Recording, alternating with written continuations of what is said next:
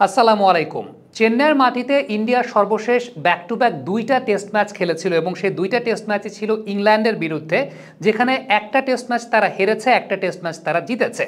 যেই টেস্ট ম্যাচটা ইন্ডিয়া হেরেছিল সেই টেস্ট ম্যাচটা ছিল লাল মাটির উইকেটে, যে টেস্ট ম্যাচটা ইন্ডিয়া জিতেছে সেই টেস্ট ম্যাচটা ছিল লাল মাটির উইকেটের ওপরে একটা কালো মাটির প্রলেপ বা লেয়ার দেয়া উইকেটে। এখন লাল মাটির উইকেটে ইন্ডিয়া যে হেরেছিল সেটা কিন্তু প্রায় 227 রানের ব্যবধানে, এবং এই 227 রানের ব্যবধানে হারার মধ্যে সবচাইতে বড় পার্থক্যটা গড়ে দিয়েছিলেন জো রুট।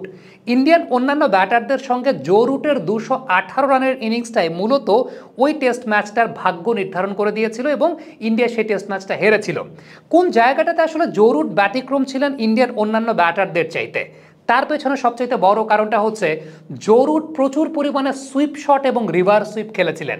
আপনারা একটু খেয়াল করে দেখেন, আমি যতগুলো শট আপনাদেরকে ঠিক এই মুহূর্তে দেখাবো, জো রুট তার স্কোরিং শট স্পিনের এগেইনস্টে মোমেন্টাম ক্যারি করা থেকে শুরু করে maximum number of scoring shots করেছিলেন সুইপ এবং রিভার্স সুইপের মাধ্যমে, এবং সুইপগুলো বেশ অ্যাকুরেট ওয়েতে জো রুট করেছিলেন। ইন্ডিয়ান ব্যাটারদের চাইতে জো রুটের এই ধরনের উইকেটে পার্থক্যের সবচেয়ে বড় বিষয়ের জায়গাটা ছিল ইন্ডিয়ান ব্যাটাররা সুইপ শটে খুব বেশি কমফোর্টেবল ছিলেন না। ইভেন ইন্ডিয়ান ব্যাটাররা সুইপ শটে এখনও খুব বেশি কমফোর্টেবল আসলে না, এবং এই পার্টিকুলার জায়গাটাই মূলত একটা পার্থক্য তৈরি করে দিয়েছে।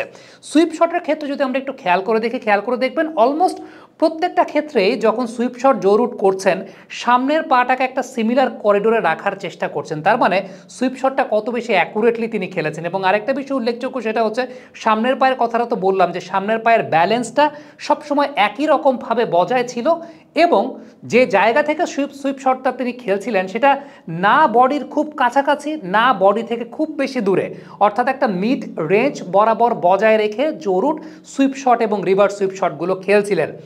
এই জায়গাটাতেই আসলে পার্থক্যটা অনেকাংশে গড়ে দিয়েছে জো রুটের সঙ্গে ইন্ডিয়ান ব্যাটারদের বা এই টেস্ট ম্যাচের ভাগ্য নির্ধারণের ক্ষেত্রে। এবং তখন কিন্তু এই ব্যাপারটা নিয়ে প্রচুর পরিমাণে আলোচনা হয়েছিল যে ইংল্যান্ড চেন্নাইয়ের মতো উইকেটে কিভাবে কাউন্টার অ্যাটাক করে টেস্ট ম্যাচ জিততে হয় বা কী পরিমাণ কাউন্টার অ্যাটাক করতে হয়, সেই জায়গাটা কিন্তু খুব ভালো মতো তারা বজায় রেখেছিল। ইভেন বেন স্টোকসকে আমরা দেখেছিলাম যে ওই পার্টিকুলার টেস্ট ম্যাচটাতে বেশ কিছু রিভার্স সুইপ তিনি করেছিলেন, এবং ওই যে square of the wicket run তোলার যে জায়গাটা সেই জায়গাটাই কিন্তু মূলত পার্থক্যটা গড়ে দিয়েছিল। আমরা বেন স্টোকসের কাছ থেকেও দেখেছিলাম যে বেশ অ্যাটাকিং ক্রিকেট তিনি খেলছেন এবং সুইপ রিভার্স সুইপের পশ্চাৎ তিনি সাজিয়ে বসেছিলেন। আরেকটা জায়গা বলতে হবে যে সেট হওয়ার সময়টায় জো রুট যে সময়টায় ব্যাটিংয়ে নেমেছিলেন ইন্ডিয়ান পেস বোলাররা তাকে টার্গেট করছিলেন মূলত স্টাম্প করিডোর বরাবর জায়গাটা, এবং স্টাম্প করিডোর বরাবর ভেতরের দিকে ঢোকার জায়গাটা। ইনফ্যাক্ট পুরাতন বলেও তাকে রিভার্স সুইংয়ে ওই জায়গাটাতে টার্গেট করছিলেন। জো রুটের ক্ষেত্রে সবচেয়ে উল্লেখযোগ্য বিষয়টা ছিল ডিফেন্সটা অনেক বেশি স্ট্রং ছিল, এবং এই ধরনের উইকেটে ডিফেন্স স্ট্রং রাখার জন্য আরেকটা পদ্ধতি অবলম্বন করতে হয়, তা হচ্ছে ফরওয়ার্ড স্ট্রাইকটা জো রুট খুব ছোট ফরওয়ার্ড স্ট্রাইক নিচ্ছিলেন। এই জায়গাটা আমরা যদি একটু পার্থক্য আপনাদেরকে দেখাতে চাই, এবং সে পার্থক্যটা দ্বিতীয় ইনিংসে আজিঙ্কা রাহানের আউটের সঙ্গে পার্থক্যটা দেখলে আপনারা বুঝতে পারবেন যে আসলে ইন্ডিয়ান ব্যাটাররা এক্ষেত্রে কোথায় পিছিয়ে ছিল। জো রুটের ফরওয়ার্ড স্ট্রাইকটা খেয়াল করে দেখেন কতটা শর্ট ফরওয়ার্ড স্ট্রাইক তিনি নিচ্ছেন, অন্যদিকে আজিঙ্কা রাহানে কত বেশি ফরওয়ার্ড স্ট্রাইক দিচ্ছিলেন।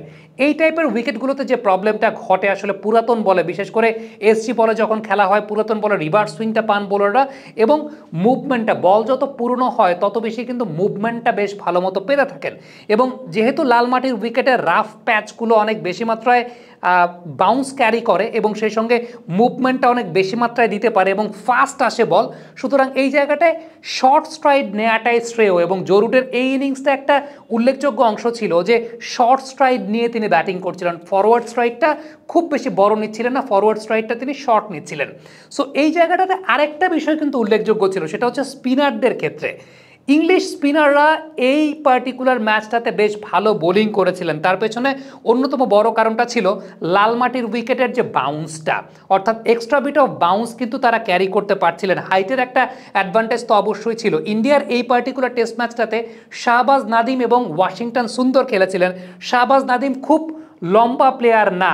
সো ওই জায়গাটাতে ইংল্যান্ডের যে দুইজন স্পিনার ছিলেন তারা কিন্তু ডমিনেট করেছিলেন এবং এই জায়গাটাই ডমিনেট করেছিলেন। এক্সট্রা বিট অফ হাইট পেয়েছে তাদের বলগুলো এবং সেই হাইটের সঙ্গেই ইন্ডিয়ান ব্যাটাররা ঠিকঠাক মতো নেগোশিয়েট করতে পারেন নাই। সো লাল মাটির উইকেটে সেই জায়গাটা বেশ কয়েকটা ফ্যাক্টর কিন্তু কাজ করেছে।